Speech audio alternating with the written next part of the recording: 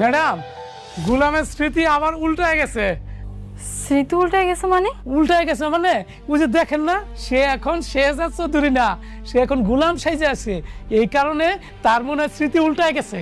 সত্যি সত্যি তুমি অতীতের সবকিছু ভুলে গেছো? তুমি আবার আমার গোলাম হয়ে এসেছো? তোমার এই মাঝের কোনো কিছু মনে নেই তো? ভুলে গেছো তুমি যে শেহজাদ? চাবি দাও। চাবি তো আমাদের কাছে থাকে না, আল্লাহর কসম। আমরা নাইট গার্ড।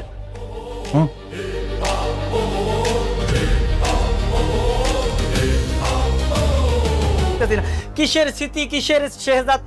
দেখেন, মুই গোলাম, মোর নাম হচ্ছে গোলাম, ঠিক আছে? ওই স্মৃতিমিতি বললে মোর মাথাটা কিন্তু নষ্ট করে না, ঝামেলা লাগতেছে। ভাই আপনি একটু বোঝান তো। কইলাম না হ্যাঁ স্মৃতি উল্টায় গেছে।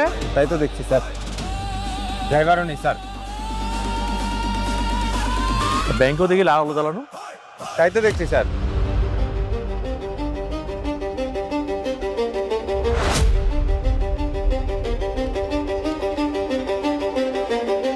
তারপর এখানে দাঁড়া, আমি গিয়ে দেখে আসি ভিতরে কারা। হ্যাঁ জি স্যার। সাবধানে থাকিস। জি স্যার।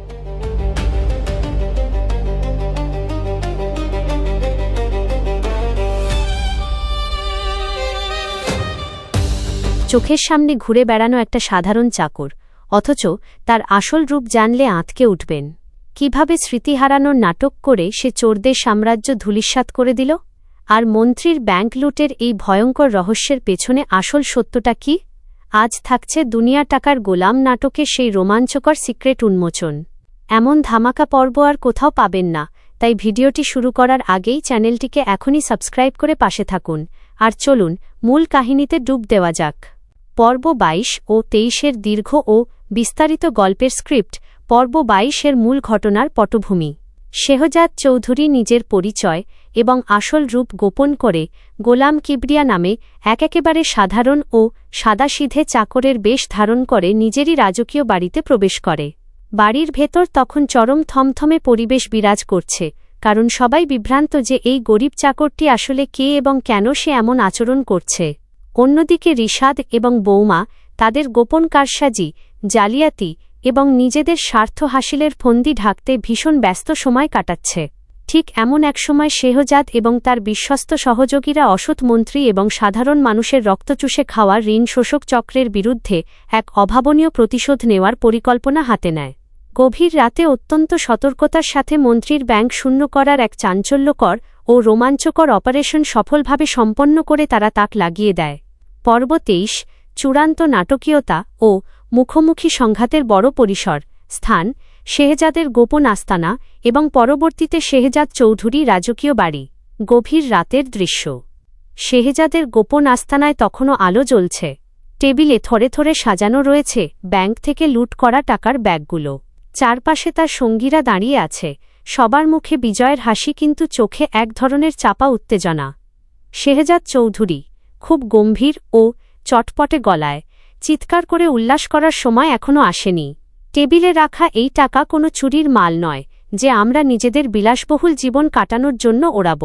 ওই অসৎমন্ত্রী সাধারণ মানুষের রক্ত চুষে ঋণের জালে আটকে যে হাজার হাজার কোটি টাকা অবৈধভাবে হাতিয়ে নিয়েছিল, আজ রাতের মধ্যেই সেই টাকা আবার তাদের দ্বারে দ্বারে পৌঁছে দিতে হবে। সহযোগী একটু ভয় ও সংশয় নিয়ে এগিয়ে এসে, কিন্তু শেহজাদ ভাই, পুলিশ ও মন্ত্রীর পেটোয়া বাহিনী তো পুরো শহর চষে বেড়াচ্ছে। যদি কোনো কারণে আমাদের এই আস্তানার খোঁজ তারা পেয়ে যায়, তবে তো সব শেষ হয়ে যাবে। শেহজাদ চৌধুরী ঠোঁটে এক চিলতে রহস্যময় হাসি ফুটিয়ে তুলে, পাকড়াও করার সাধ্য এখনও ওদের হয়নি। শেহজাদ চৌধুরীকে এত সহজে কাবু করা যায় না, তবে আসল এবং চূড়ান্ত খেলা তো এখনও ওই রাজকীয় বাড়িতে বাকি আছে। ওই লোভী রিশাদ আর বৌমা ভাবছে আমাকে গোলাম বানিয়ে তারা পার পেয়ে যাবে। এবার ওদের মুখোশ চিরতরে খুলে দেওয়ার সময় এসে গেছে। বন্ধুরা, দেখতেই তো পাচ্ছেন গল্পটি কতখানি রোমাঞ্চকর মোড় নিচ্ছে। এরকম আরও দুর্দান্ত নাটকের আপডেট পেতে এখনই আমাদের চ্যানেলটি সাবস্ক্রাইব করে ফেলুন এবং ভিডিওতে একটি লাইক দিয়ে সাথেই থাকুন। দৃশ্য পরিবর্তন হয়ে পরদিন সকালের আলো ফোটে। শেহজাদদের রাজকীয় বাড়ির বিশাল ড্রয়িং রুম। বৌমা এবং রিশাদ চরম টেনশনে এদিক ওদিক পায়চারি করছে, তাদের কপালে চিন্তার ভাঁজ। ঠিক সেই মুহূর্তে বাড়ির কাজের লোকের পোশাকে ড্রয়িং রুমে প্রবেশ করে শেহজাদ, তার দৃষ্টি অত্যন্ত তীক্ষ্ণ।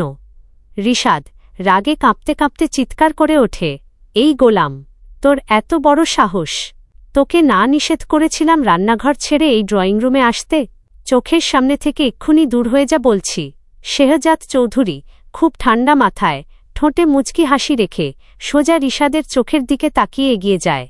এত মেজাজ গরম করছেন কেন রিশাদ ভাই? চোরের মনে কি তবে পুলিশ পুলিশ ঠেকছে? মানুষের সর্বস্ব কেড়ে নেওয়ার পর এখন ধমক দিয়ে কি সব ধামাচাপা দেওয়া যাবে বলে মনে করেন? বৌমা আতঙ্কে শিউরে উঠে পেছনের দিকে সরে যেতে যেতে, এ কি ধরনের কথা বলছে ছেলেটা? এর তো মাথায় আঘাত লেগে সব স্মৃতিশক্তি চিরতরে হারিয়ে যাওয়ার কথা ছিল। শেহজাদ চৌধুরী হঠাৎ করে তার গলার স্বর বদলে ফেলে, একেবারে গম্ভীর ও গর্জে ওঠা কণ্ঠে আসল রূপ প্রকাশ করে। স্মৃতি লোপ পাওয়ার নিখুঁত অভিনয়টা আমি নিজেই করেছিলাম, তোদের আসল চেহারাটা জাতির সামনে উন্মুক্ত করার জন্য। বৌমা, আপনাদের ওই গোপন বিয়ের ভুয়া কাগজপত্র আর ৫০ লাখ টাকার ঘুষের লেনদেনের দলিলপত্রগুলো এখন ঠিক কোথায় লুকিয়ে রেখেছেন তা কি একবার বলবেন? স্ক্রিপ্টের দ্বিতীয় বিরতি। বন্ধুরা, কে জিতবে এই লড়াইয়ে তা দেখতে ভিডিওটি শেষ পর্যন্ত দেখতে থাকুন, এবং যারা এখনও চ্যানেলটি সাবস্ক্রাইব করেননি তারা এখনই সাবস্ক্রাইব করুন। ঠিক সেই মুহূর্তে বাড়ির মূল ভারী দরজা ঠেলে ভেতরে প্রবেশ করে পুলিশ বাহিনী এবং এলাকার শত শত সাধারণ মানুষ। পুরো বাড়িতে পিনপতন নীরবতা নেমে আসে।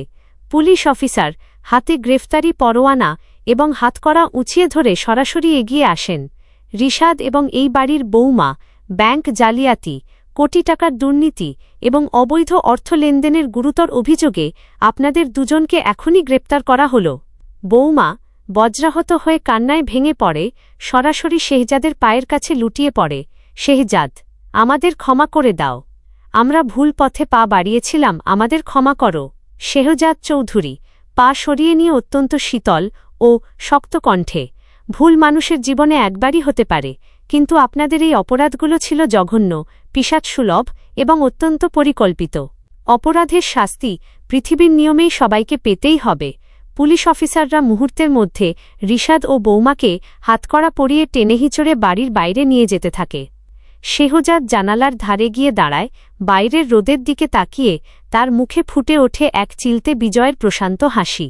আর এভাবেই চিরতরে অবসান ঘটে এক রক্তগরম করা প্রতিশোধ ও রহস্যের অধ্যায়ের।